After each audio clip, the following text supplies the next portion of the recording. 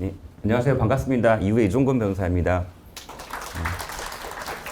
사실 조금 이른 감도 좀 있다라는 생각은 듭니다.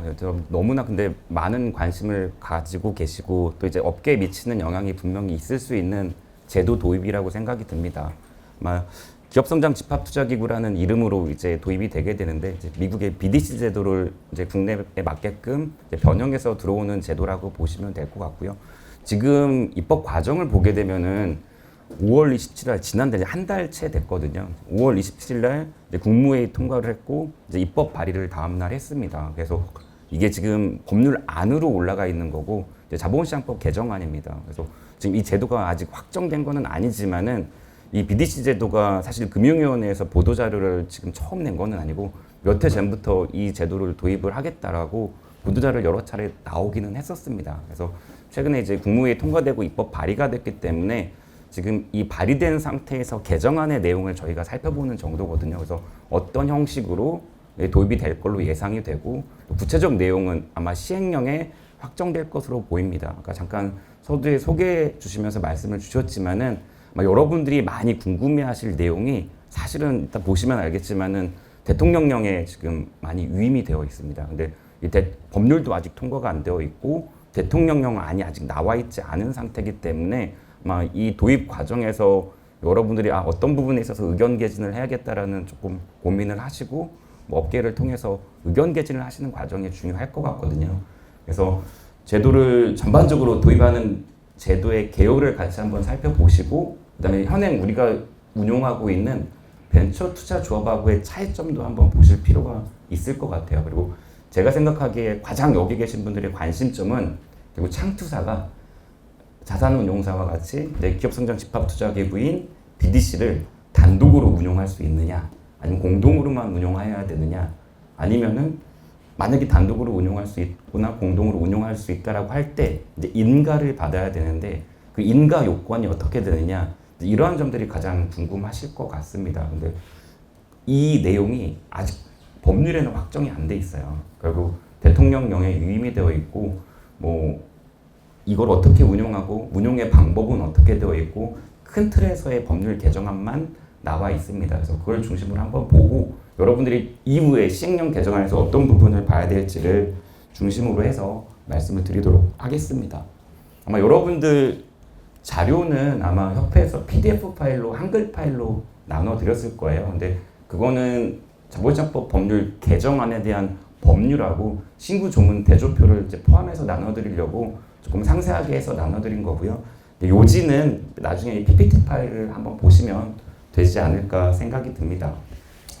간단히 이제 도입 경과나 배경만 잠깐 보시게 되면은 이제 정말 막 한 달 지났습니다. 사실 논의는 아까 말씀드린 대로 이미 몇 해 전부터 있었지만은 5월 26일 날 국무회의 통과가 되고 이제 바로 다음 날 개정안이 상정이 되게 됩니다. 그래서 본 개정안이 이제 상장 이전의 벤처 혁신기업에 집중 투자하는 새로운 투자기구, 그리고 그 이름을 기업성장 집합투자기구라고 명명을 하게 됩니다.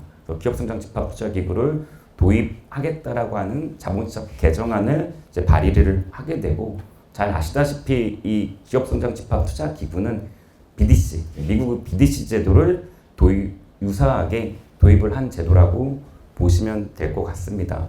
결국 이제 BDC 제도의 가장 큰 특징이 결국 상장입니다.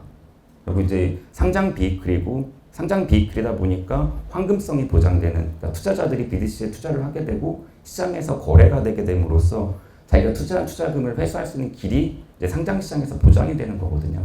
이제 그럼으로써 어떤 민간 중심의 벤처 투자 비익로서 새롭게 만들겠다라는 취지로 도입이 된 제도라고 보시면 될 것 같습니다. 근데 또 이따가 다시 한번 말씀을 드리겠지만은 앞으로 이게 시행령이 어떻게 도입이 되고 이제 그런 과정은 봐야 되겠지만은 딱 이거 듣자마자 고민하시는 분들이 있을 거예요. 당장 우리 벤처 투자 촉진에 관한 법률하고 약간 컨플릭이 발생하는 거 아닌가? 라는 고민을 하시는 분도 있을 것 같습니다. 왜냐면은 저희 이제 그 창투사 같은 경우는 상장 주식 취득 관련한 제한 규정도 있고 그런데 이 BDC 같은 경우에는 어떤 그 운용 주체의 투자 의무 비율이 명기되어 있습니다. 그리고 적지 않은 비율이에요. 그래서 여러 개의 어떤 이 BDC를 운용하게 될 경우에 어떤 현재 우리 규정하고의 컨플릭트 가능성 등도 분명히 있다라고 보입니다.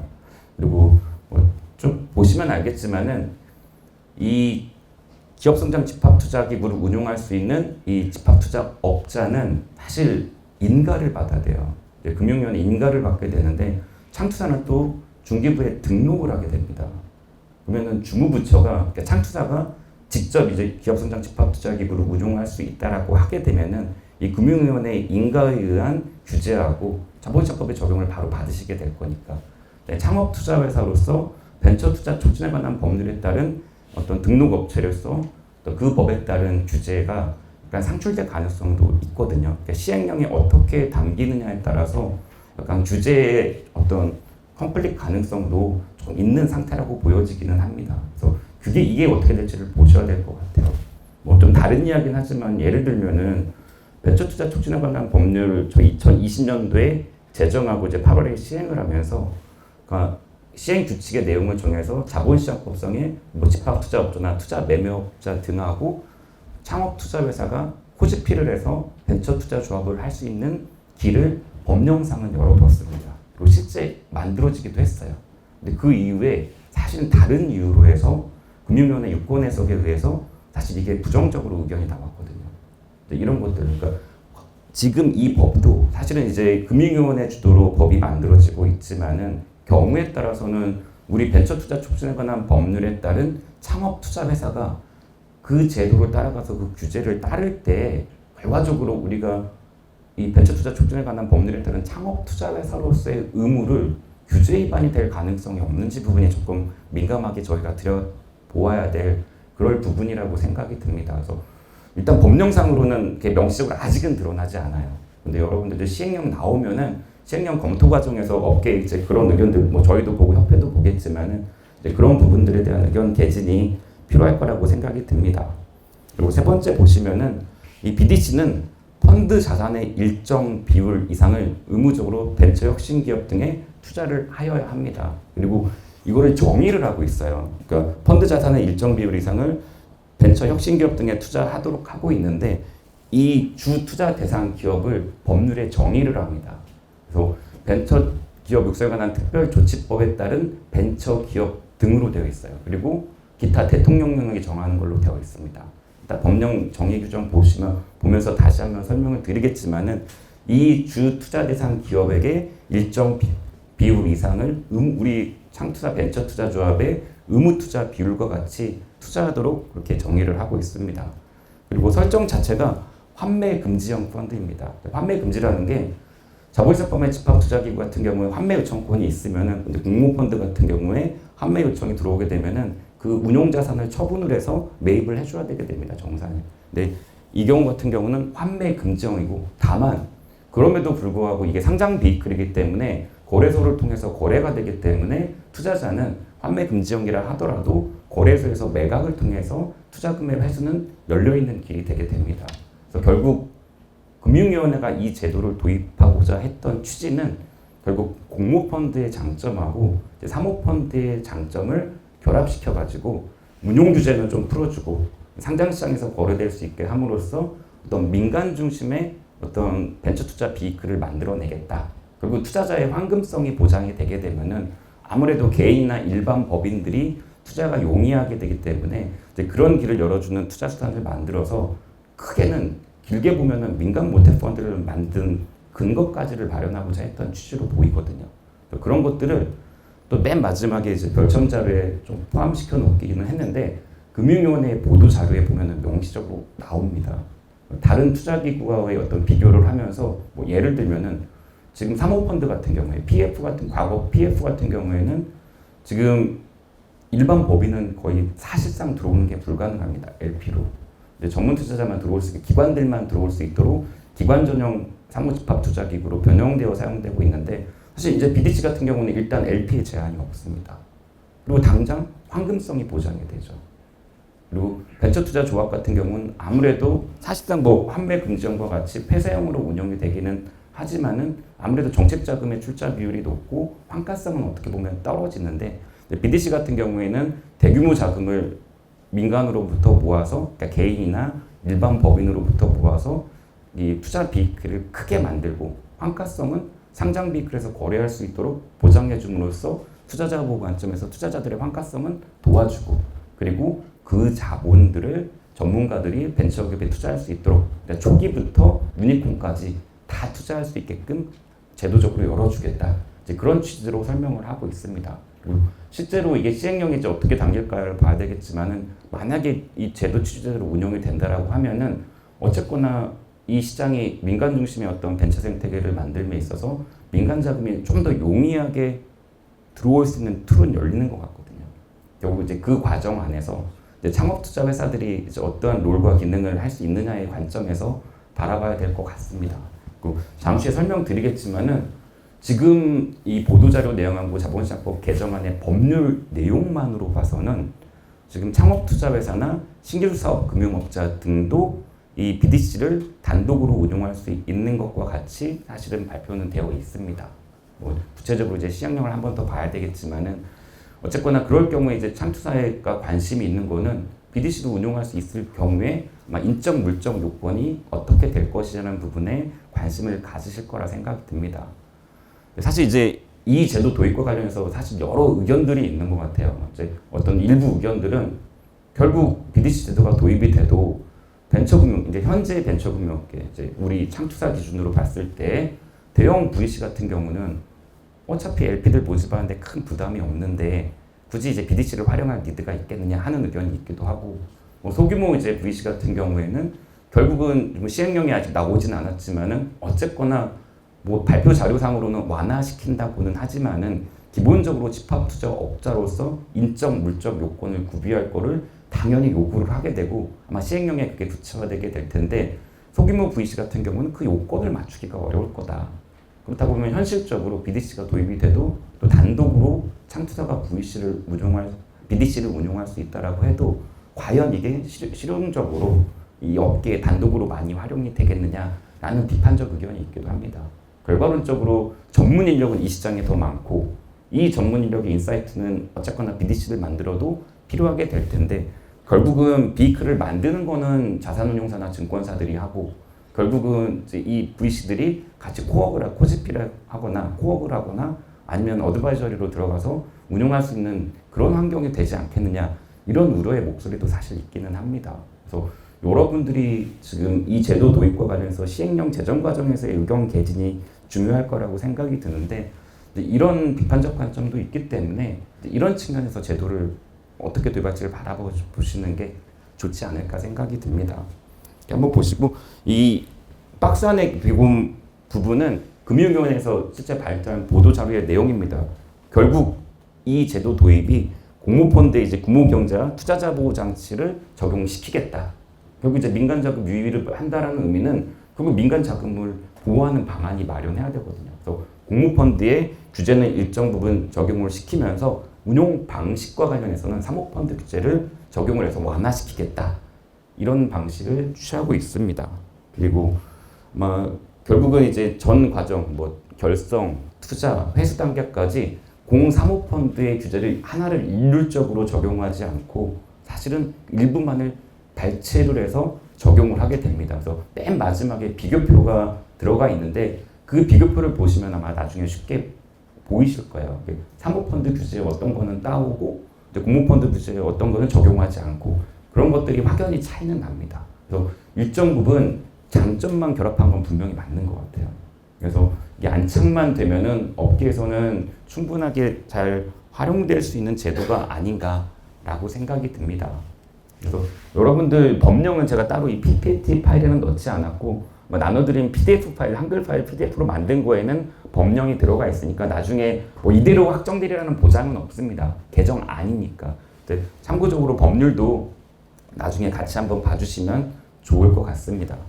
그리고 보시면은 그러니까 BDC란 게 정의를 하기를 집합투자기구의 자산 총액, 그러니까 총 결성 금액의 40% 이상으로서 대통령령으로 정하는 비율에 해당하는 금액을 초과하는 금액. 결국 미니멈 40%라는 거거든요.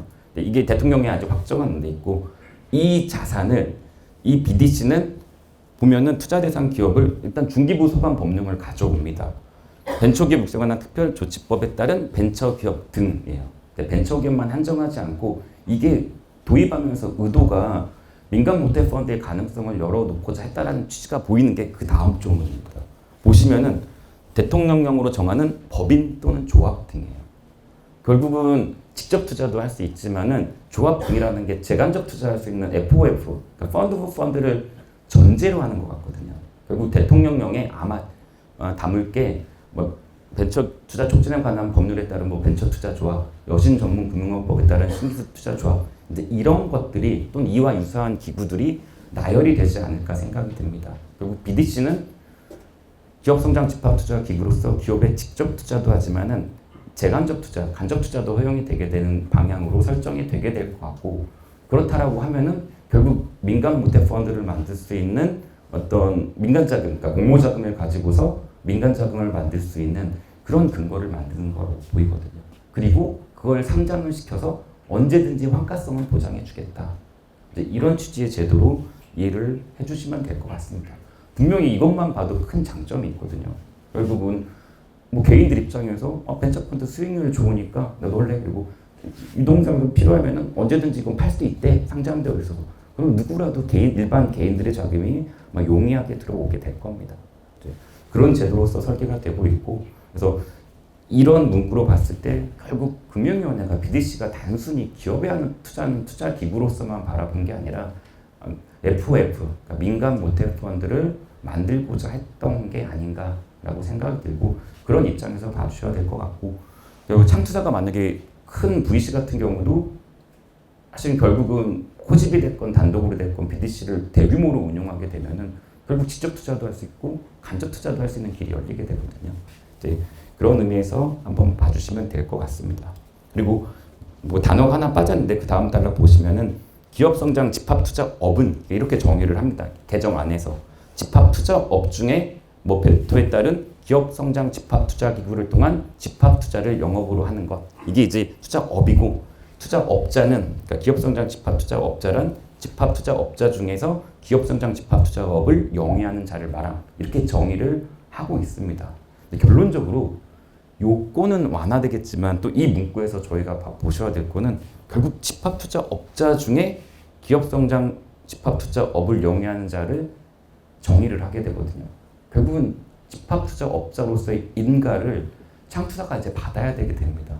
결국은 그 요건, 인적 물적 요건을 시행령에서 구체적으로 담게 될 거고, 집합 투자업자는 금융투자업자예요. 그러면은 금융투자업자로서의 의무를 또 준수를 하셔야 되게 됩니다. 그러면 창투자로서 의무 규제하고 집합투자로서의 의무 규제가 중복적으로 적용되게 되고, 주무부처가 인가를 받는 순간 두 개가 되는 거예요, 사실은. 그런 것들을 조금 유의해 주시고 바라봐 주시면 될 것 같습니다. 그리고 인가를 보시게 되면은 결국 집합투자업을 기업성장 집합투자업을 영위하려는 자는 기본적으로 금융투자업자와 동일하게 신규 인가를 받도록 하다. 이게 그 말이에요. 그리고 신규 인가를 여러분들이 다시 금융위원회에 받으셔야 되게 됩니다. 그리고 여기서 나열하는 게 또 금융투자업자는 대주주 요건이 되게 까다로워요. 그래서 여러분들 한글 파일에는 지금 개정안에 올라온 거는 배포는 드렸는데 대주주 요건을 조금 완화해서 적용을 한다라고 합니다. 그래서 창투자 경우에 따라서 이 대주주 요건이 되는지 안 되는지를 인가를 받으려고 할 때 또 그 부분도 살펴보셔야 될 부분이 되게 됩니다. 네, 붉은색으로 표시된 것처럼 대주주 요건에 대해서는 완화시켜서 결국 근데 이 완화라는 표현을 하는 이유가 보도 자료를 보면은 결국 지금 현재의 VC들, 그러니까 창투자나 일반 신기사들이 용이하게 이 인가를 받도록 요건을 완화하겠다. 그런 취지로 설명을 하고 있습니다. 결국 여기에서 저희가 추론해 볼 수 있는 게 시행령이 물론 아직 안 나왔지만은 창투자나 일반 신기사 같은 경우도 단독으로 BDC 집합투자업자의 인가를 받을 수 있도록 하는 걸 전제로 해서 검토를 하고 있는 걸로 그렇게 생각이 듭니다. 그래서 그런 의미에서 한번 바라봐 주셔야 될 것 같고요. 다음 페이지 한번 보시면은 지금 이제 현재 이게 나온 내용이에요. 시행령은 이제 시행령을 통해서 구체화 시키겠다. 그리고 시행령이 아직 없는 겁니다. 그러면 이제 사실 보시면은 여러분들이 관심 있을 거는 딱 이 박스예요, 사실은. 인가 대상, 그리고 자산운용사, 증권 사겠다. 그리고 벤처캐피탈 VC를 넣겠다예요. 여기 나열됐다는 거는 지금 현재로서는 아까 그 위에 대주주 요건 완화를 하면서 그 표현을 하면서 VC가 VC가 쉽게 진출할 수 있도록 요건을 완화하겠다는 의미는 결국 단독으로 일단 하고 있는 거 고민을 하고 있는 걸로 생각이 듭니다. 그래서 인가 대상은 지금 자산운용사, 증권사, 벤처캐피탈 등으로 나열을 하고 있고 지금 이 물적 요건도 일정 수준 이상의 자기 자본과 증권 운용 인력 보유를 요건으로 합니다. 그래서 저희도 창투사도 전문 인력 요건이 있잖아요. 근데 이 전문 인력 요건하고는 다를 거예요. 결국 보시면은 표현 자체가 증권 운용 인력입니다.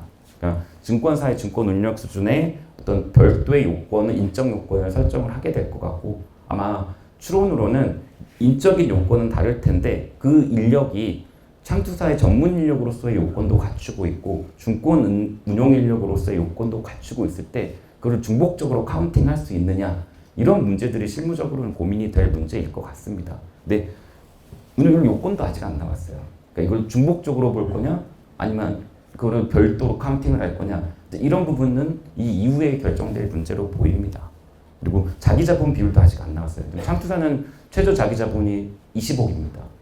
지금 여기 자기자본이 얼마가 될지는 모르겠어요. 근데 제 생각에는 20억을 뛰어넘지는 않을 것 같긴 합니다. 왜냐면은 일반 그 자본시장법상에 특정 업만 영위하는 어떤 운용사들의 자본금 요건이 그렇게 높지는 않거든요.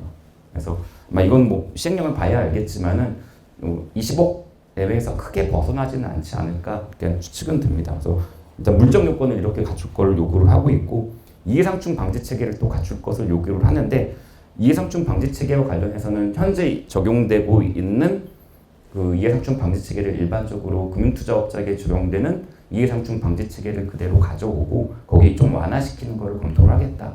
그 정도만 가이드가 되어 있는 상태입니다.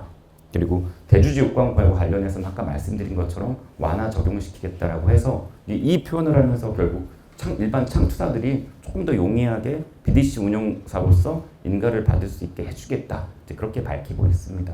그래서 시행령이 구체적으로 나오게 되면은 아마 시행령 내용을 정리를 해서 다시 한번 협회 통해서 안내를 드릴 수 있도록 하겠습니다. 그리고 BDC 관련해가지고 설정이나 설립 요건을 보시게 되면은 아까 설명드린 것처럼 환매 금지형입니다.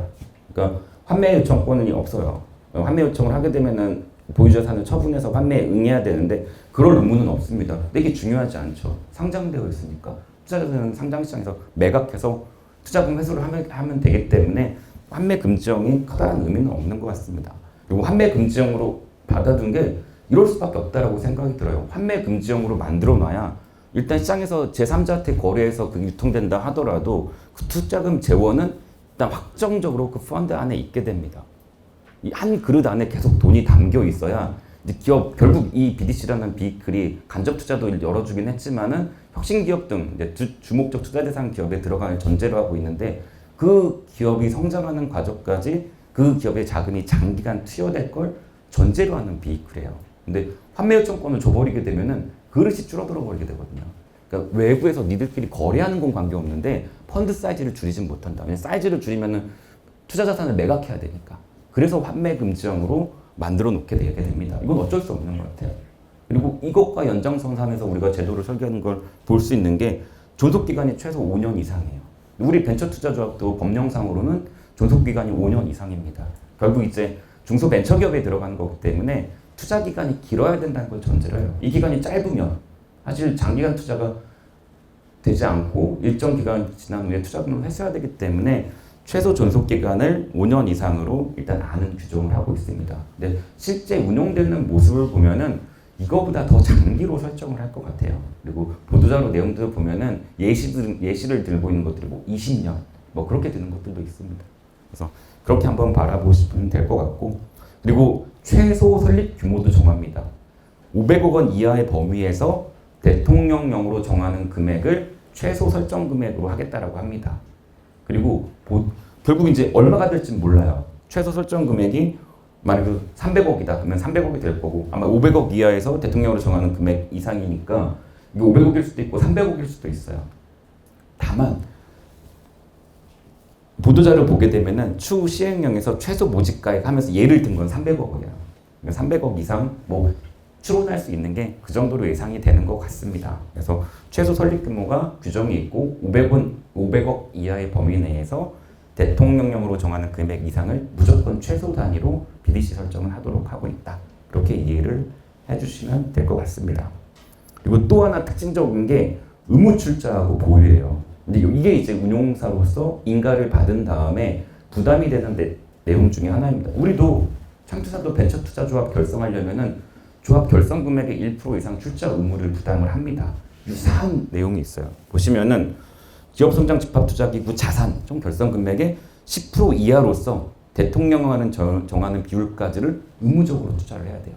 그리고 이것도 금융위원회 보도자를 보면은 5%를 예시를 하고 있어요. 시행령이 어떻게 담길지는 모르겠지만, 그러면 사실 우리 현재 벤처투자조합은 GP가 1% 출자하면 되는데 이거는 10% 이하의 범위 내에서 정하는데 적지 않은 금액일 것 같아요. 예시를 보면 아마 5% 정도 염두에 두고 있지 않을까라는 생각이 듭니다. 사실 이게 이제 운용사로서는 부담이 되는 금액일 수도 있죠. 왜냐하면은 이게 크거든요.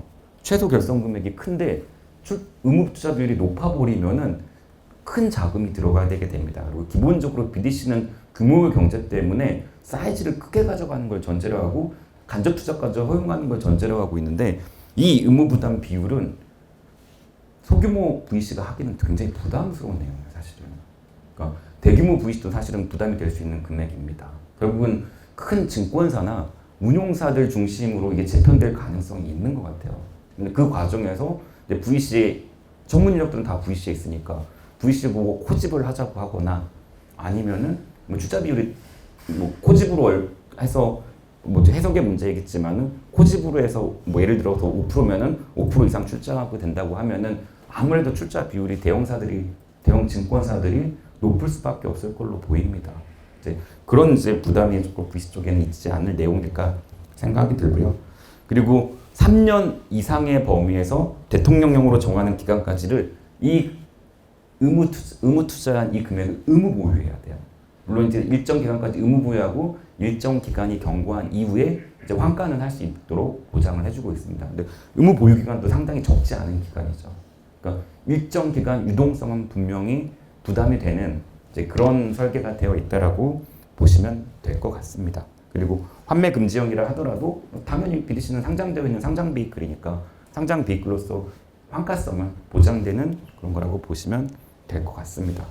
5페이지 한번 보시면은 그 내용의 법령에 이렇게 정의가 되어 있어요. 이게 지금 이제 입법 발의된 개정 아닙니다. 뭐 간단하게 보면은 229조의 2에 정의가 되어 있는데 BDC는 다음 각고의 요건을 갖추어야 된다. 근데 단서가 있어요.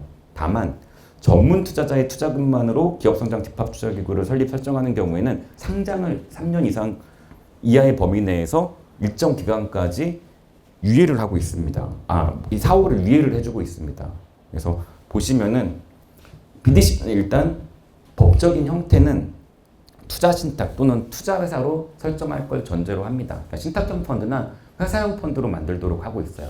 BDC가 조합형 펀드는 될 수 없습니다. 법에 명기적으로 신탁형 펀드나 회사형 펀드로만 한정을 해놨어요.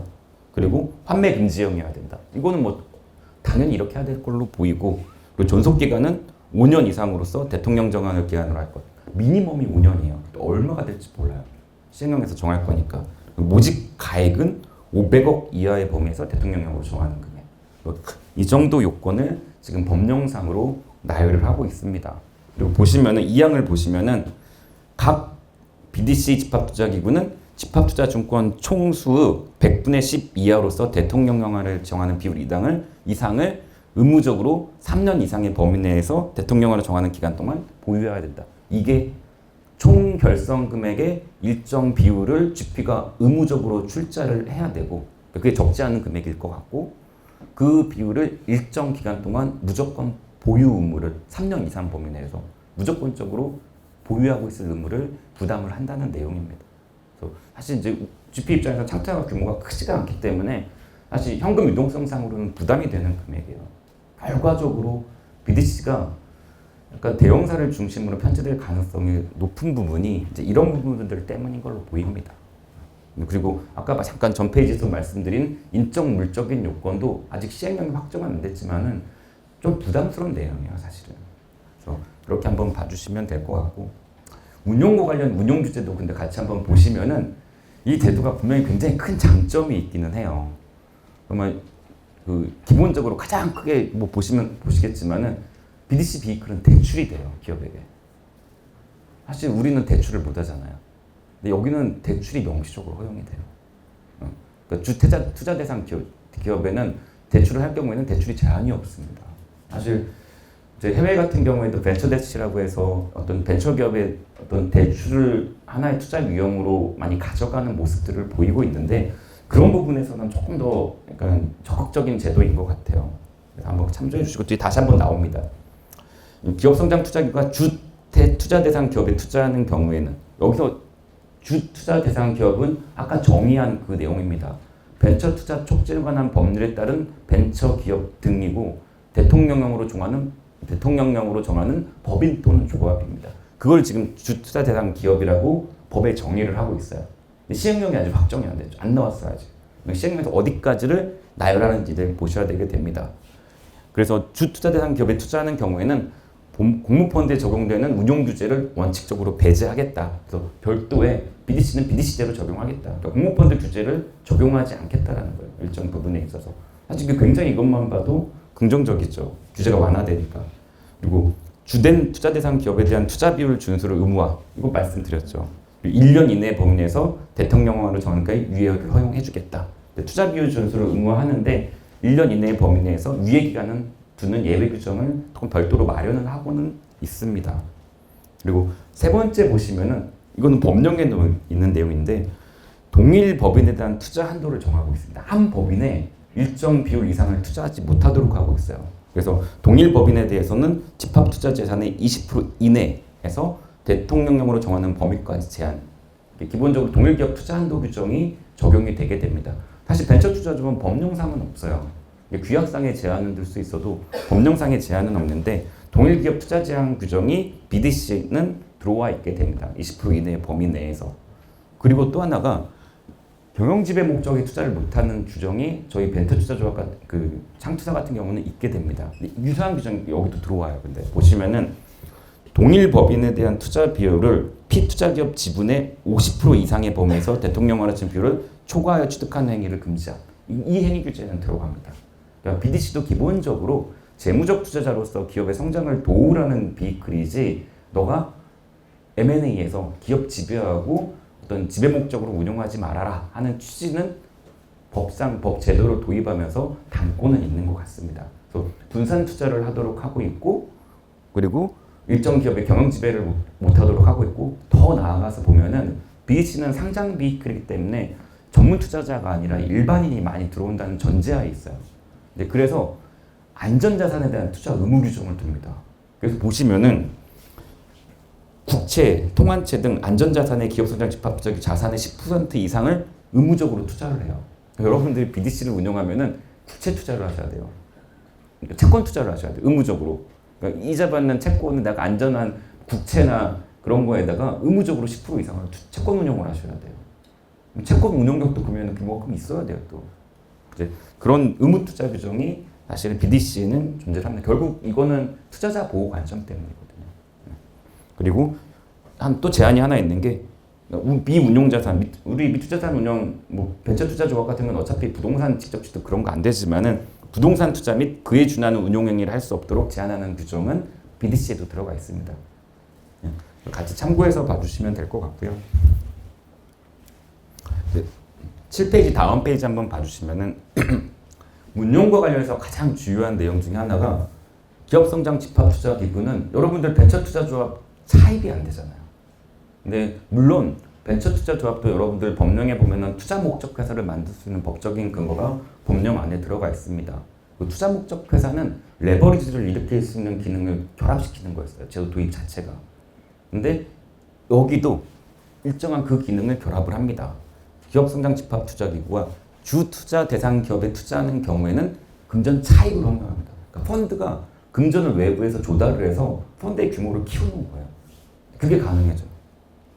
그리고 다만 차입의 비율은 순자산의 100% 이내에서 대통령령의 지분 이내로 차입 한도 규정은 두고 있습니다. 순자산 100%인데 결국은 이제 차입해주는 채권자는 순자산 100% 이내 범위니까 보호를 받겠죠. 어쨌거나 순자산 100% 이내의 범위 내에서 투자 대상 기업에 투자하는 경우 BDC가 그 금전 차입이 허용된다. 그래서 우리 펀드하고는 약간 차이가 있죠. 두 번째, 이게 가장 큰 운용상의 차이인 것 같아요. 우리 대출이 안 되는데 대출이 허용이 돼요. 그래서 기업성장집합투자기구는 주택자산기업의 금전을 대여할 수 있는 걸로 법이 그렇게 제도가 설계가 되어 있습니다. 그래서 단순히 에코티 투자 외에 간접 투자도 할 수 있고 대출도 할 수 있고 이제 그게 모두 가능한 비클이라고 보시면 될 것 같습니다. 그래서 공모펀드는 차입이 안 되는데 공모펀드와는 달리 금전 차입이 허용이 된다. 그리고 피투자 기업의 일정 경우에 제한적으로 주투자 대상 기업인 경우에 대여도 가능하다. 그렇게 이해를 해주시면 될 것 같습니다. 그리고 박스 안의 부분은 이 제도를 도입할 때 금융위원회 취지를 이해하고자 금융위원회 보도 자료를 그대로 그냥 인용을 해놓은 거예요. 결국은 BDC 같은 경우는 차입도 허용하고 대출도 허용해주면서 운용사가 기업을 도와줌에 있어서 유연하게 알아서 선택하도록 하겠다. 우리 굳이 무조건 에쿼티로 해라. 투자의 방법을 구체적으로 나에서 제한 걸지 않겠다. 어쨌거나 기업에 따라서는 에쿼티로 바꾸자 하는 기업도 있겠지만은 일정 부분 성장한 기업들 같은 경우에 자금은 필요하지만은 에쿼티로 바뀌길 원하지 않는 기업들도 있을 텐데 그런 기업들한테 굳이 왜 에쿼티로 한정을 하느냐. 그런 기업 대출해줘라. BDC는 그런 대출도 일반 개인의 자금, 법인의 자금을 모아서 하는 것도 열어주겠다. 여러분 이자 수취하는 어떤 안전 투자도 할 수 있게 되거든요. 그러면서 담보주택도 당연히 하겠죠. 그러면 사실 리스크는 줄이면서 BDC 운용 전략을 세우시게 될 텐데 국채든 공환채의 20% 이상 안전채로 운용하고 일정 비율은 담보 잡고 대출로 운용하고 일정 비율은 또 에쿼티로 들어가고 이제 그런 운용 전략들을 각 운용사들이 설정해 나가시게 될 것 같아요. 그러면은 더 많은 인력이 필요할 수밖에 없게 되고 규모는 큰 기업 규모니까 이제 이런 제도로 이제 도입이 되고 있고 금융위원회가 그걸 의도한 것 같아요. 그렇게 한번 봐주시면 될 것 같습니다.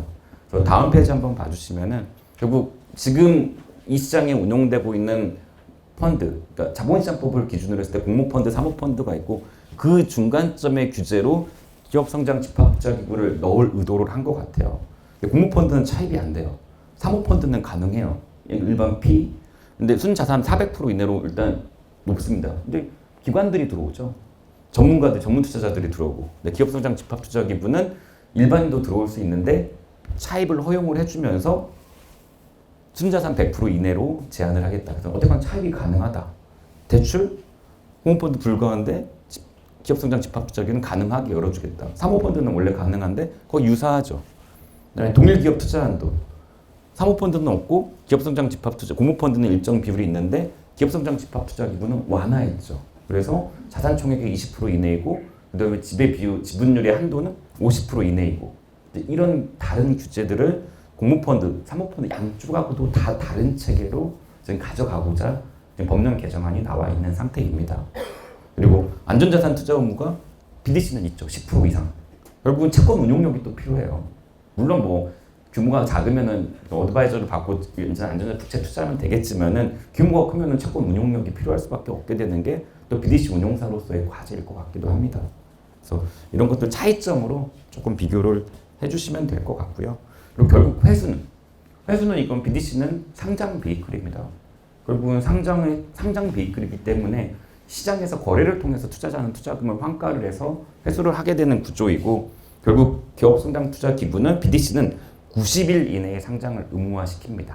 다만 예외 규정이 있어서 전문 투자자의 자금만으로 설정한 경우에는 3년 이내 범위 내에서 상장을 유예할 수 있도록 이렇게 예외 규정은 있습니다. 근데 일반 투자자들 같은 경우는 사실 언제든지 투자금의 환가, 결국 투자자가 자기 투자금을 언제든지 처분하고 환가성을 보장해주기 위해서 사실 90일 이내에 의무적 상장 규정을 두고 있는 게 지금 BDC 도입된 BDC 제도라고 보시면 될 것 같습니다. 그리고 당연히 판매 금지령 구성되고 상장은 시장에서 매각을 통해서 회수한다는 것은 동일한 내용이니까 회수는 보시면 될 것 같고요. 그리고 다음 페이지 한번 보시면은 9페이지 한번 보시면은 결국 기업성장집합투자기구 운용규제 위반할 경우에 등록 취소 제재나 그다음에 임직원에 대한 제재 근거 규정이 법령안에 다 명겨져 있습니다. 사실 이거 운용규제 위반해가지고 임직원으로서 제재받게 되면은 결국 금융관련 법령 위반 제재가 되게 돼요. 앞으로 다른 어떤 회사에 어떤 임직원이 되는데도 제한이 걸리게 됩니다. 어디든 일반적으로 들어간 금융투자 같은 경우에는 다 일반적으로 들어가는 내용이어서 동일한 내용으로 보시면 될 것 같습니다. 그리고 투자자 보호 장치와 관련해 가지고 상장되어 있는 상장 비클이기 때문에 결국은 공시를 할 의무를 일정 범위 내에서 부담을 할 수밖에 없게 됩니다. 결국 그래서 공시와 관련해서는 공모펀드의 투자자 보호 장치를 적용하겠다라는 것을 밝히고 있고 공시 범위 등과 관련해서는 아마 세부적으로 시행령의 논의가 있을 것 같습니다. 어쨌거나 당연히 상장 비클이고 어떤 일정 범위 내에서 공시가 의무화된다 이렇게 보시면 될 것 같고 아직 구체적 안이 안 만들어진 것 같아요. 그리고 투자자 보호 장치 BDC가 결국 상장 비클이고 일반 개인들과 법인들이 들어오기 때문에 이 투자자 보호 장치를 어떻게 마련하느냐가 지금 매우 고민일 것 같습니다. 그래서 지금 현재 보도 자료도 이건 더 고민해서 만들어 보겠습니다. 이렇게 돼 있어요. 그러니까 이게 어떻게 투자자 보호 장치가 어떻게 만들어지느냐에 따라서 운용사의 부담이 커질 수도 있고 낮아질 수도 있어요, 사실은. 근데 지금 이 부분은 상장 비클이기 때문에 투자자 보호 관점이 적용될 수밖에 없는 거고 이 상장 비클을 운영하는 운용사도 이게 어떻게 형성되느냐에 따라서 어떤 의무 규제가 높아질 수도 있고 낮아질 수도 있고 이제 그런 상황입니다. 그래서 이 정도로 이제 투자자 보호 내용은 한번 봐주시면 될 것 같고요. 10페이지 한번 보시면 이거는 제가 이제 금융위원회 보도 자료를 그대로 발췌를 한 거예요. 그러니까 금융위원회는 기업성장 집합투자기구라는 BDC를 만들면서 나는 이렇게 봤어. 우리나라의 금융제도를 다 한계가 있더라. 그래서 BDC는 그걸 해결할 거야. 이런 취지예요. 그래서 되게 많은 고민의 결과물이기는 합니다. 보면은 VC를 뭐라고 봤냐면 정책금융, 벤처캐피탈 같은 경우에는 재정 지원을 받거나 초기 창업 기업 중심으로 비교적 소규모 자금으로 운영되고 있다. 유니콘을 키우기에는 부적합한 비이클이고 민간 자금이 많이 안 들어오지 않느냐. 들어오기 어려운 비이클 아니야. 사실 어떤 부분 맞기도 해요. 사실 저희가 정책기관들의 출자 비율이 높기도 하고 민간 자금으로 펀드만을 만들기가 물론 환가성이 떨어지기 때문에 용이하지 않은 점은 분명히 있습니다. 그래서 뭐 제도적으로 이 업계에서도 뭐 LP 유동화 펀드라던가 뭐 등등등을 마련하려고 많은 고민을 하고 있고 뭐 펀드 오브 펀드도 만들 수 있는 길을 열어두고 또 이 법에서도 민간 모태 펀드를 만들 수 있기 위해서 조합에 출자하는 근거나 세컨더리 펀드 규정들을 고시 개정 등을 통해서 다 열어놓기는 했어요. 근데 어쨌거나 상장돼서 거래되는 것만큼은 아니겠죠. 환가성. 근데 이 환가성을 열어줬다는 거를 조금 강점으로 강조하기 위한 걸로 보입니다. 그리고 공모펀드는 결국 투자자가 언제든지 환매하고 환매 청구권이 있어서 투자금을 빼갈 수 있도록 하고 있는데 이거는 비상정 환금성의 이 환매 요청권이 들어오면은 펀드 보유 자산을 처분해서 환매에 응하여야 되기 때문에 결국 환매가 떨어지는 투자 자산에는 투자가 할 수 없다. 공모펀드는. 근데 BDC는 폐쇄형으로 만들어버리기 때문에 환매 요청권이 없어요. 그냥 시장에서 거래를 통해서 회수하는 거지. 그러니까 거래를 통해서 회수가 보장하면서 환매 요청권이 없으니까 환매에 응하지 않아도 되니까 이 돈그릇은 그대로 유지를 할 수가 있으니까 장기 비성장 기업에 투자할 수 있는 그런 재원을 확보하는 수단이 된다. 그래서 공모펀드와 다르다.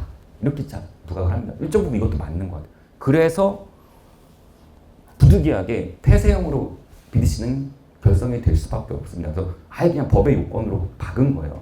환매 금지형으로. 그래서 결국은 이 공모펀드와의 차이점이 되게 되고 결국 그리고 여러분들 이제 창투사도 금융감독원에 이제 PF 운용사로서 등록하고 이제 PF 운용을 하시게 되는데 예외 규정에 의해서 지금 자본시장법이 작년 10월에 바뀌었죠. 기관 전용 PF로 병역 참여 PF가 기관 전용 PF로 바뀌어버리게 됩니다. 그러면서 투자자가 과거에는 일정 규모 이상의 개인이나 법인이 출자를 할 수 있었는데 이제 기관만 들어와야 돼요. 그리고 법인 같은 경우에 금융자산 몇백억 이상 있어야 돼요. 그리고 금투협에 요건 갖춰서 등록을 해야 PF에 기관 전용 PF에 출자를 할 수 있게 됩니다. LP가 너무 제한적이에요. 사실 실질적으로 기관 전용 PF가 되면서 소규모 PF 운용사들은 지금 고사될 일일 겁니다. 이제 그런 것들을 또 지적을 합니다. 이거 개정은 사실 금융위원회가 했죠. 자본시장법에서 경참을 기관 전용으로 만든 거는 이제 거기인데 어쨌거나 그러면서 기관 전용 PF는 결국은 일반인이 들어오니까 거기는 규제 수준이 낮은데 투자자 보호가 되지 않더라. 그러니까 사모펀드 사태가 터지면서 투자자 보호가 적용되지 않으니까 전문가들만 노를 하고 해, 이 시장은. 그러면서 기관 전용으로 바꾸게 되는데 여기는 결국 일반 투자 참여가 제한적이지 않느냐. 근데 BDC는 일반 투자자가 언제든지 들어오고 일정 투자자 보호 아직 마련은 안 됐지만은 투자자 보호 장치가 마련이 되면서 언제든지 상장 시장에서 환가에서 회수 시장이 보장되지 않느냐. 이런 것들이 차이점이다. 그리고 이러한 기구들이 다 일정 기간 자금이 다 묶이는 건데 우리는 상장을 통해서 상장자산 매매를 통해서 회수를 할 수 있다. 그래서 투자 유동성이 이 규제들과 이러한 규제들은 다 유동성 확보가 안 되는 것들인데 환가성이 떨어지는데 BDC는 이게 상장을 시켜주는 의무적 상장이기 때문에 결과적으로 환가성이 뛰어나다. 그래서 민간 자금을 모으기가 용이한 제도이다. 이제 이렇게 설명을 합니다. 맞는 말 같아요. 이 부분을 놓고 보면. 그래서 실질적으로 시행령에 어떻게 담기냐의 문제지 이러한 금융위원회가 이 보도자료에서 발표한 이러한 장점들은 일정 부분 제도 자체만으로 봤을 때는 분명히 있는 제도라고 평가가 됩니다. 네, 그렇기 때문에 사실 저희 VC업도 창투업도 이거를 이제 관심 있게 볼 수밖에 없을 거라 생각이 들고 이게 만약에 잘 정착이 되면은 이게 투자의 방법에서도 대출을 허용해주고 차익도 허용해서 공모 경제도 실현하고 일반인들이 언제든지 투자했다고 언제든지 환가할 수 있어서 민간 자금이 유입되기가 쉽고 이 운용사들이 이 운용 주체가 누가 되느냐 이게 사실 관건일 것 같아요. 그 요건을 어떻게 설정하느냐. 근데 아까 말씀드린 것처럼 지금의 입법 안만 놓고 봐서는 절대적으로 대형사가 유리하다고 생각이 듭니다.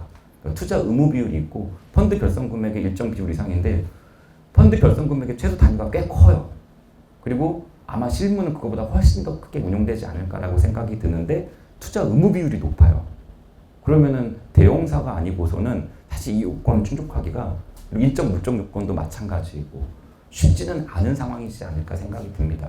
결국은 코집으로 가거나 아니면은 그 어떤 이 제도의 도입과 관련해서 VC업계에 미치는 영향을 약간 비판적으로 보는 의견처럼 결국은 어드바이저로 가거나 소규모사 같은 경우에는 현실적으로 시행령에 따라서 그렇게 될 수밖에 없는 상황이 조금 예상이 되기는 합니다. 근데 그래서 이 제도 도입 시행령 제정 과정에서 아마 업계 의견이 많이 조금 전달이 되어 가야 하지 않을까 생각이 들고 또 업계 의견이 뭐 법 제도적인 거는 뭐 협회나 뭐 부처에서 보시겠지만은 사실 인가와 등록이라는 두 가지 규제가 적용이 되게 되면서 두 가지 법령에 적용을 받거든요. 근데 이 의무 규제의 충돌 가능성이 어쨌거나 외형적으로 있다라고 보입니다. 그래서 그런 것들을 조금 잡아가는 게 필요할 것 같다는 생각이 들고 결국은 설명드린 내용인데 금융위원회는 이런 말을 해요. 그래서 순수 민간 자본만으로 이루어지게 되고 BDC는 꼭 그냥 민간 중심의 대출 생태계를 만드는 거다. 그리고 공모를 통해서 대규모 자금 조달을 통해서 우리는 규모의 경제를 실현할 거다. 그래서 대규모 민간 모태 펀드를 이 말은 그냥 대규모 민간 모태 펀드를 만들 거야. 이걸 통해서 그래서 아까 주투자 대상 기업에 조합이 들어가게 됩니다. 펀드를까지 해라 해요. 제도 설계 자체가 보면은 운용 대상은 그다음에 보시면 운용도 초기부터 유니콘까지 이건 다 하게 할 거다. 그래서 대통령령에 많이 예외 나열을 할 것 같아요. 제 생각에는. 그리고 일반 투자자의 접근성. 결국 의무 상장이니까 환가성 보장되고 폐쇄형으로 만들어도 얼마든지 시장에서 환가할 수 있어. 그래서 민간 자금 들어오게 할 거야. 라는 게 제도의 설계 어떤 방안이라고 보시면 될 것 같습니다. 그래서 사실 외형적으로 봤을 때 약간 판타지한 제도일 수도 있어요. 분명히 장점이 있는 제도이고 이걸 운용사로서 운용할 수 있게 되면은 존속기간도 장기이기 때문에 장기간 안정적으로 운용 수익도 낼 수 있고 그런 장점이 있다라고 보입니다. 그래서 당연히 업계에서 관심이 있어야 될 수밖에 없고 그래서 아마 사실 한 달밖에 안 됐고 사실 법률도 제가 말씀드리는 내용이 확정된 내용이 아니에요. 그냥 계획이에요. 그냥 발의 아닌 국무회의 통과된 발의 아니죠. 정부안이니까 사실은 가능성이 높죠. 그래서 이제 지금 미리 한번 큰 틀만 보는 거고 결국은 시행령이 나올 때 의견 개진이 중요하리라 생각이 듭니다. 그래서 아마 이 11페이지하고 12페이지 내용은 이제 지금 현재의 비크하고 기업성장 펀드, 기업성장 집합투자 기구를 조금 비교해 놓은 자료라고 보시면 될 것 같습니다. 이건 금융위원회에서 정리해서 보도한 자료예요. 이 편은 보시면은 운용 목적은 BDC 같은 경우는 벤처 혁신기업 투자, 중소기업, 스케일업, 그러니까 큰 기업도 투자하게 했다. 이게 대통령령이 아직 안 만들어 있죠. 아까 말씀드린 여기 언급은 표현은 안 돼 있지만은 조합 등이에요. 분명히 FOF를 목적으로 합니다. 결국은 민간 모태펀드 만들 근거를 고민을 해서 법 개정안을 내신 것 같아요. 네, 그 고민해 주시면 되고 벤처 투자 조합은 이제 주로 창업 초기 기업의 모험 자본 공급을 했는데 약간 이건 좀 좁혀본 거죠. 사실 이 업계에서의 벤처 투자 조합도 초기 쪽 투자는 포함도 있지만은 의무 투자 비율 달성하면 이제 중견기업 투자도 가능하고 상출만 아니면 투자 가능합니다. 그리고 FOF를 할 수 있는 근거도 벤처법에선 열었어요. 명시적으로 금융회사 등의 출자가 금지되지만 시행령 예외 규정에서 벤처 투자 조합을 예외로 넣었고 더 나아가서 뭐 법령 체계상의 문제는 있지만은 고시에서 신규 조합이나 PE 출자 지분도 인수할 수 있게끔 그렇게 근거는 들어가는 있습니다. 이제 그런 것들은 조금 표현은 잘 안 되어 있지만은 어쨌거나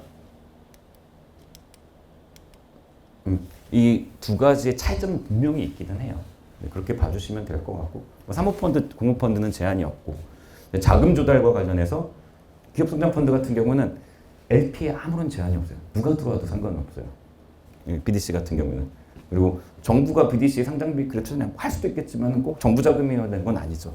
그리고 벤처 투자 조합 같은 경우는 이제 이 시장에 이제 앵커 출자자들이 있으니까 이제 LP들, 이제 모태펀드나 뭐 기관 투자자 등 일반 법인이나 개인도 많이 들어오고 그리고 중기부도 마찬가지로 사실 벤처 투자 조합 정책의 활성화와 관련해 가지고 벤처 투자 촉진에 관한 법률 2020년도에 개정문의 입법 목적을 보면은 첫 번째가 민간의 진입 장벽을 낮추어서 이 민간 중심의 벤처 생태계를 만들겠다. 그리고 두 번째가 규제를 풀어서 펀드의 자율성 보장을 해주고 민간 중심의 생태계를 만들겠다. 이 두 가지가 입법 목적의 첫 번째 두 가지. 그리고 나머지 이제 세 번째, 네 번째가 있는데 결국 벤처 투자 촉진에 관한 법률도 지금 창투자 같은 경우도 제도적으로는 계속 그쪽으로 가고 있기는 해요. 근데 조금씩 계속 완화시키면서 뭐 행위 규제도 많이 풀었죠, 사실. 그렇기도 하고 벤처 투자 조합을 만들 수 있는 주체의 자본금 단위도 낮췄어요. 엑셀러레이터도 이제 만드니까. 이제 그런 것들이 어떻게 보면은 그 민간 중심으로 가는 방향에 이제 계속 제도 개선을 해나가는 건데 BDC가 조금 확 나아가게 돼요, 한번. 제가 생각하기에는. 그러니까 우리가 이렇게 한 걸음 한 걸음 갔는데 BDC는 제가 볼 때는 되게 제도 도입을 통해서 좀 한 방에 조금 많이 나아가게 되는 그런 베이클이 되게 돼서 아니면 상장이라는 시장을 가지고 있으니까 조금 그 점이 차이점이라고 생각이 듭니다. 뭐 사모펀드는 뭐 따로 지금 설명은 안 드릴게요. 펀드 설정 같은 경우 BDC는 이제 폐쇄형, 왜 폐쇄형으로 운영될 수밖에 없는지 말씀을 드렸죠. 벤처 투자 조합도 폐쇄는 하면 안 되잖아요. 조합원 주의 변동이 있고 조합원 주의 양도는 절차에 따라 할 수 있어도 벤처 투자 조합도 마찬가지로 폐쇄형이에요. 이 두 가지만 조금 비교해 보겠습니다. 상장. 전문 투자자만으로 결성된 것이 아니면은 의무적으로 90일 결성하고 90일 이내 상장해야 돼요. 근데 여기서 폐쇄형의 단점이 극복이 되죠. 환가성이 들어와서 민간 자금이 들어오기가 용이해지니까. 벤처 투자 조합은 당연히 뭐 상장 비클은 아니니까 나머지도 마찬가지고 규모 지금 300억 이상 그랬는데 표에 이렇게 만들고 보면은 500억 이하의 범위 내에서 대통령령으로 정하는 금액 그랬는데 얘를 300억 이상이라고 표에도 금융위원회가 보도자료에 적어놔요. 내심 300억으로 생각하고 있는 거 같아요. 최소 단위를 그렇게 봐주시면 될 것 같고 시행령이 나오시면 보셔야죠. 벤처 투자 조합은 이제 20억 이상이고 저희 잘 알다시피 그리고 일반 PE나 공모펀드는 규모 제한은 별도로 없습니다. 그리고 존속 기간도 보면은 우리가 5년 이상이라고 아까 법률에 들었잖아요. 근데 이 표 이것도 금융위원회 보도자료인데 표에 보면은 5에서 20년 이렇게 적어놨어요. 5년 이상이라고 안 적고 결국 5년이 미니멈이고 더 장기로 지금 대통령에서 정할 걸로 약간 추측은 돼요. 네, 뭐 어떻게 될지 모르지만은 그래서 결국은 폐쇄형으로 만들고 BDC가 상장형이기 때문에 어차피 환가성은 보장이 되니까 존속 기간은 기업의 성장 기간을 고려해서 장기간으로 설정할 의도를 분명히 가지고 있는 것 같습니다. 운용사도 좋죠, 그러면 사실은 장기간 설정되니까.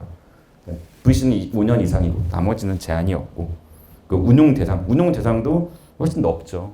그러니까 주 투자 대상 기업이 있고 일정 비율 의무 비율 이제 대통령령으로 확정이 되겠지만은 주 투자 대상 기업의 의무 비율만큼만 투자하면 되도록 되어 있고 물론 이 의무 비율 준수하고 안전자산에 또 10% 이상 투자해야 되는 것도 있고 그러니까 투자 대상에 대한 규제가 조금 있어요.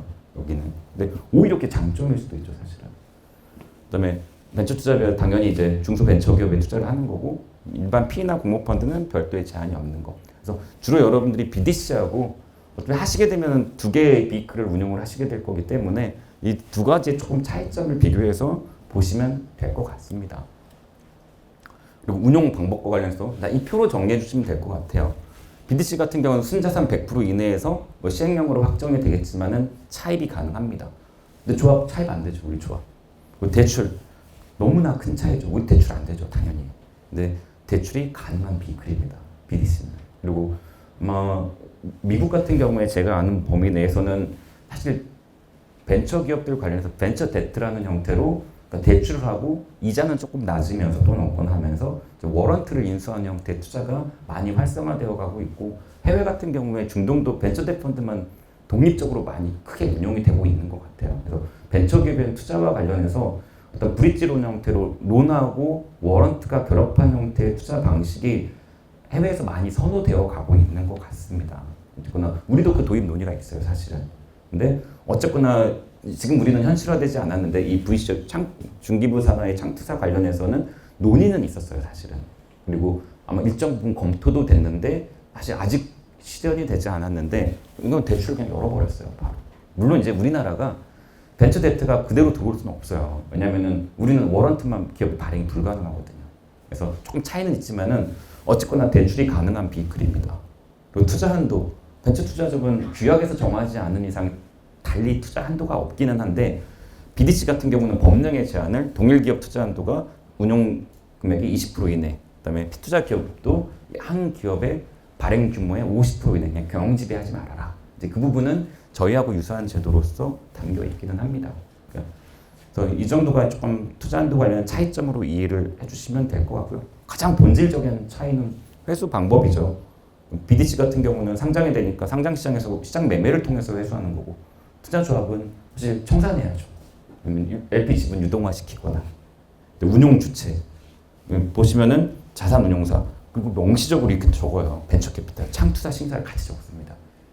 이거는 BDC라는 걸 통해서 창투사가 그러니까 자본시장법의 규제를 받으면서 그쪽에서 어떤 VC 사업을 원하는 부분도 있는 것 같아요. 어쨌거나 전문 인력은 여기 많잖아요. 그리고 사실 전문가는 다 지금 여기에 있는데 여기에 이제 자본시장법상의 규제를 받으면서 자금은 모을 수 있는 거는 이렇게 열어줄게. 그러니까 여기서 한번 투자해봐. 사실 그런 취지로 이해가 되거든요. 그래서 나중에 물적 요건, 인적 요건도 대폭 완화할 가능성도 있다라고 생각도 들어요. 그런 측면에서 봐서 생각을 한다면. 그래서 한번 그리고 증권사 결국은 아까 말씀드린 것처럼 그렇다 하더라도 이런 규제를 여러 가지 제도 설계를 종합해서 보면은 어쨌거나 이걸 운영하기는 대형사가 유리해요. 그래서 그런 점도 조금 이해를 해주시면 좋을 것 같고 벤처 투자조합은 뭐 창투 시기엔 저거 말고도 많죠. 유한회사도 있고 유한책임회사도 있고 일정 요건이 되는 외국회사도 있고 사실 엑셀러레이터도 있고 등등인데 뭐 대표적인 게 창투사 신기사를 적어 놓으신 것 같고 진입규제 이건 인가 그래서 물적 인적 요건을 설계를 할 겁니다. 증권 운용력도 있어야 되고 자기 자본 요건도 설계를 할 거고 이해상충 방지 체계도 이제 어떻게 가져갈 건지 투자자 보호 적용 규정을 어디까지를 요구할 건지를 이제 구체화 시킬 거예요. 그 내용을 이제 여러분들이 보시고 할 수 있는 건지 없는 건지 이 규모 사이즈 창투사가 이게 대형사는 제가 볼 때 할 수 있을 것 같아요. 중소규모 사이즈에서 이거 어디까지 할 수 있는지를 조금 판단이 필요할 것 같습니다. 그리고 벤처 투자는 등록제로 운용되고 있다는 거. 나머지는 차이점으로 한번 봐주시면 될 것 같고요. 그리고 투자자 보호 장치 보시면은 뭐 예를 들면은 아까 말씀드린 거죠. 의무 비율이 있어요. 그래서 아까 뭐 예를 들면 이것도 5%로 적어놓은 거예요. 예시를 이런 거. 그다음에 안전자산 보유 의무, 뭐 국채, 공환채 등의 10% 이상 보유하고 있어라. 결국 그 투자자 보호거든요. 안전자산 일부라도 써야. 그러니까 펀드 빵원 만들지 마. 위험 자산에 투자하는데 투자자가 개인 투자자 있고 뭐 일반인 누구나 다 들어오게 했는데 너 펀드 그러니까 제로로 만들지 마. 그거거든요. 국채가 막아질 리는 없으니까.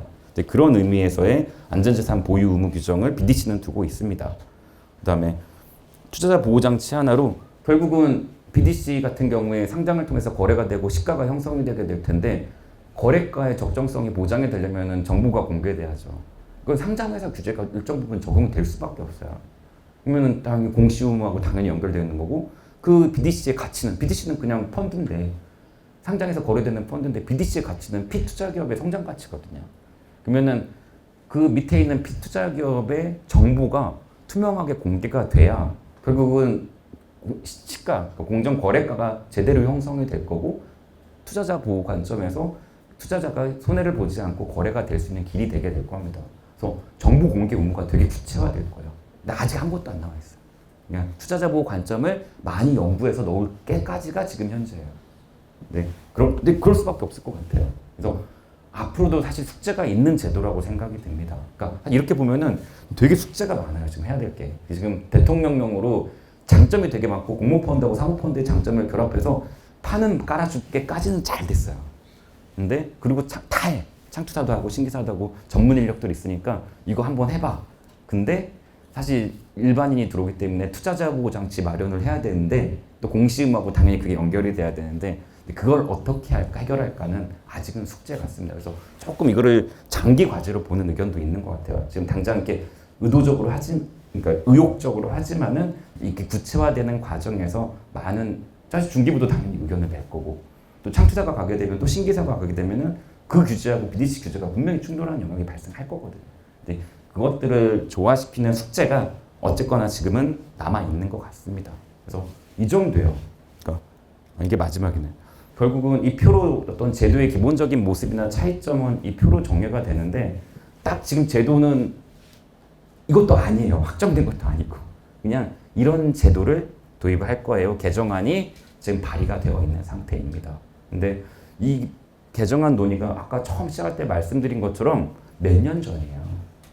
몇 년 전부터 논의가 되었는데 사실 제가 느끼기에는 모르겠어요. 그러니까 갑자기 이게 한 발 확 나갔어요. 그러니까 작년 중반 후반기에 뭐 BDC 도입 논의한다, TFT 한다 그런 논의가 있다가 다시 의견이 거기서 열심히 했던 것 같아요. 여기 계신 분들이. 그래서 갑자기 이제 국무에 통과되면서 이제 보도자료 나오면서 당연히 이제 여기 계신 분들도 언론에 보도된 자료들을 보시고 업계에 미치는 파장이 너무 큰 제도거든요, 이게. 네, 그래서 관심을 많이 갖고 질문들이 있으셔서 간단하게라도 사실 되게 부족해요. 지금 뭔가를 확정 의견을 드릴 수가 없어요. 시행령이 없어서. 네, 그렇지만 기본적인 이 내용들을 보고 지금 금융위원회가 설계하고 있는 BDC 제도 보시면 알겠지만은 당장 우리가 느낄 수 있는 것도 소규모 VC는 이게 녹록지 않을 것 같은데 당장 이제 그런 생각 드실 겁니다. 그래서 이제 그런 것들에 대한 고민과 이걸 아셔야 근데 지금부터 시작인 것 같거든요. 이제 시행령 만들어지는 과정 또 법률이 통과되는 과정에서 법률은 이대로 될 것 같다는 생각이 좀 강하고 근데 시행령 다 중요한 건 시행령에 있어요. 아까 보시면 알겠지만 우리 확정된 게 하나도 없어요. 법률도 확정이 안 됐는데요. 당연히 시행령도 확정이 안 됐죠. 근데 어느 대목에서의 의견 개진이 필요한지에 대한 사실 그런 공감대 형성이 더 필요한 시간인 것 같습니다. 그래서 아마 오늘 말씀드릴 수 있는 내용이 이 정도까지예요. 사실은 시행령이 없어서. 그래서 아까 정재영 이사님도 부장님도 말씀 주셨지만은 시행령안이 나오면 나오는 대로 바로 협회를 통해서 자료 배포드리고 그다음에 의견 수렴하고 업계 의견 실무에 계신 분들의 의견 수렴해서 저 협회나 중기부가 부처 간에 조율을 하는 게 중요한 숙제일 것 같습니다. 그래서 지금 협회도 제가 아는 분에서 그냥 강하게 인지를 하고 계시고 어쨌거나 시행령이 구체화되는 대로 현 상태에서도 의견 수렴을 하시고자 이 내용을 전달하고자 아마 설명회 자리도 있는 거고 그 의견이 나오시면 시행령이 또 구체화되면은 조금 더 의견이 구체화될 거고 그 내용들을 수렴해서 전달하는 과정을 거칠 예정입니다. 네. 사실 이제 설명이 딱 이만큼이에요. 확정된 의견을 뭔가 드려야 되는데 이것도 법률 아니고 시행령이 없어서 딱 이 정도까지입니다. 그래서 제도의 그냥 도입 배경이나 장점 그리고 도입은 될 것 같아요, 제 생각에. 그 경우에 여러분들이 이제 어떻게 준비해야 될지 이제 그런 것들 고민해 주시는 자리가 되면 될 것 같습니다.